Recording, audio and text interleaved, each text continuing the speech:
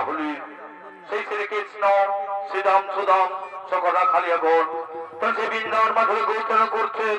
তাই শ্রীকৃষ্ণ বলছেন, এসো ভাই রাখালগণ, এসো ভাই রাখালগণ, আমরা একসঙ্গে বসে আজকে ভজন করি, একসঙ্গে বসে আজকে খাবার খাই, একসঙ্গে বসে আজকে ভজন করি। তাই তারা একসঙ্গে বসে সেই বৃন্দাবন মাধবে তারা ভজন করছে। এটি সৃষ্টিকর্তা ব্রহ্মা, এটি সৃষ্টিকর্তা ব্রহ্মা মনে মনে চিন্তা করলেন যে প্রভু গেছেন মর্তধামে দুষ্টের দমনকারী মানব রূপে, সেখানে কেমন আছেন তাই দেখতে আছেন ব্রহ্মদেব সেই বৃন্দাবন।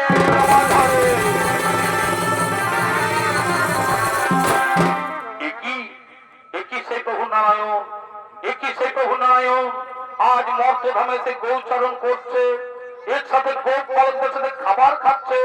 না না না না, আমার দেখে সন্দেহ আসছে। যদি তাই হয়ে থাকে তাহলে এই সুযোগে আমি রাখাল বালক সহ সমস্ত গরু বাছুরকে হরণ করে ওই পর্বতের গুহায় লুকিয়ে রাখবো। আমি সকলকে চুরি করে পর্বতের গুহায় লুকিয়ে রাখবো। আমি জানবো কে সেই চূড়াধারী রাখাল, আমি জানবো কে সেই চূড়াধারী রাখাল। তাই শ্রীকৃষ্ণ বলছেন, ওরে ভাই রাখালগণ, ওরে ভাই রাখালগণ, তোমরা ভালোভাবে করে গাভীদের গৌচারণ, আমি এক্ষুনি ফিরে আসি, আমি এক্ষুনি ফিরে আসি।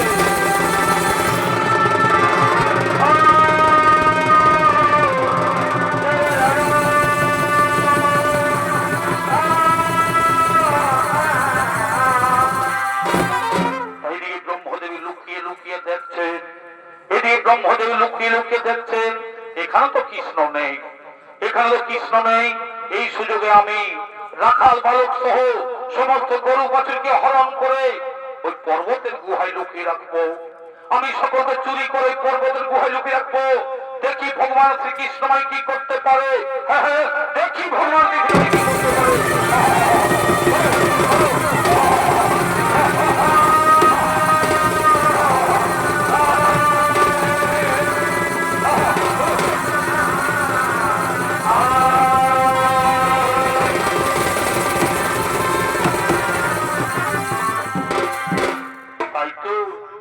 আমার রাখাল বালক ও গাভী বলছো কাউকে তো দেখতে পাচ্ছি না, আমার রাখাল বালক ও গাভী বলছো কাউকে তো দেখতে পাচ্ছি না।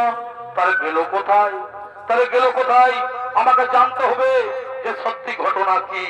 কোন দস্যু এসে নিয়ে হরণ করে নিয়ে যায়নি তো? আমি ধ্যান যোগে নামক এই কাজ করেছে, আমি ধ্যান যোগে নামক এই কাজ করেছে।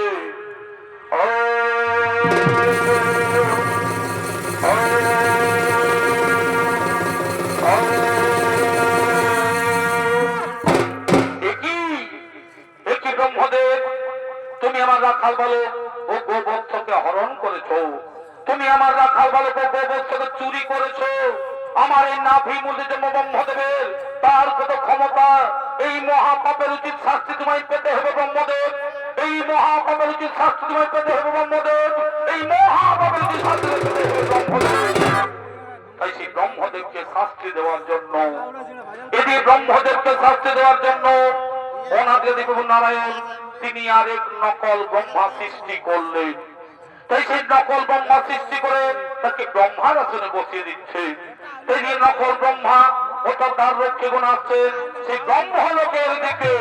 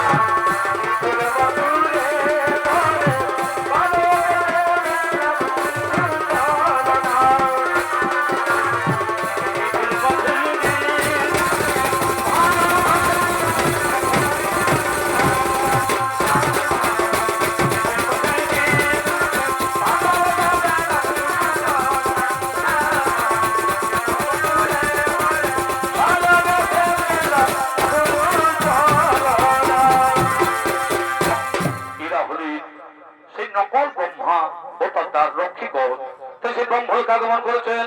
আরে সরদারিগণ, আরে সরদারিগণ, তোমরা এমন ভাবে দ্বার রক্ষা করো, তোমরা এমন ভাবে দ্বার রক্ষা করো যেন এই ব্রহ্মলোকে এসে প্রবেশ করতে না পারে, যিনি ব্রহ্মলোকে এসে প্রবেশ করতে না পারে। যথাদেশ গুরুদেব, যথাদেশ গুরুদেব, আপনাদের অক্ষর করে পালন, আপনাদের অক্ষর করে পালন। তাই সেই নকল ব্রহ্মা, তিনি সেই ব্রহ্মার আসনে বসলেন, এই সে দ্বার রক্ষীগণ তাহলে সে দ্বার রক্ষা করছে। এদিকে সেই আসল ব্রহ্মা, তিনি গৃহের দিকে আগমন করছেন, তিনি গৃহের দিকে আগমন করছেন। ইনি হলেন সেই আসল ব্রহ্মা, তিনি গৃহের দিকে আগমন করেছে। ওরে দাঁড়ি, ওরে দাঁড়ি, তোমরা পতাকা দাঁড়িয়ে কেন? ছেড়ে দাও, আমি যাবো সেই সিংহাসনে। কে তুমি? কে তুমি?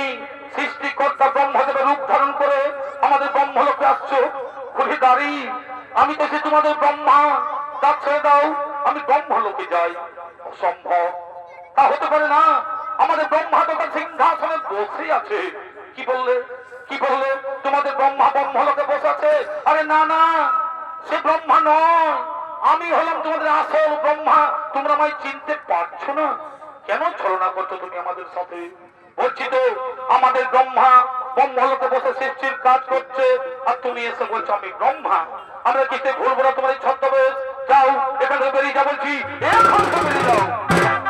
আরে অকারণে তোমরা আমায় তাড়িয়ে দিচ্ছ। যাও জিজ্ঞাসা করে এসো যে তোমাদের আসল ব্রহ্মা কে। ঠিক আছে, আমরা জিজ্ঞাসা করে আসছি। ব্রহ্মদেব, ব্রহ্মদেব, তোমার বেশ ধারণ করে এসে বলছে আমি ব্রহ্মা, তাকে কি ভেতরে আসতে বলবো? না না না না, আমি তোকে জানি না, আমি তোকে চিনি না, তাকে এখান থেকে বেরিয়ে যেতে বলো, তাকে এখান থেকে বেরিয়ে যেতে বলো। না, তোমার ভেতরে যাওয়া যাবে না, তুমি এখান থেকে বেরিয়ে যা বলছি, তুমি এখান থেকে বেরিয়ে যাও।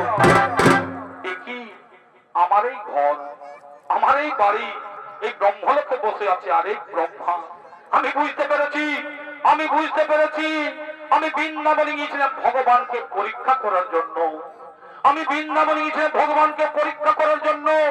সেই ভগবান শ্রীকৃষ্ণের নবলক্ষ গাভী ও তার সখাগণের হরণ করেছি বলেই আমাকে এই পাপের সাজা দিতে চলেছে। ওই কথায় তুমি গোদা পদ্ম সংকট ধারী অনাভিভবনের এই কৃষ্ণের নাম তুমি যেভাবে উদ্ধার করে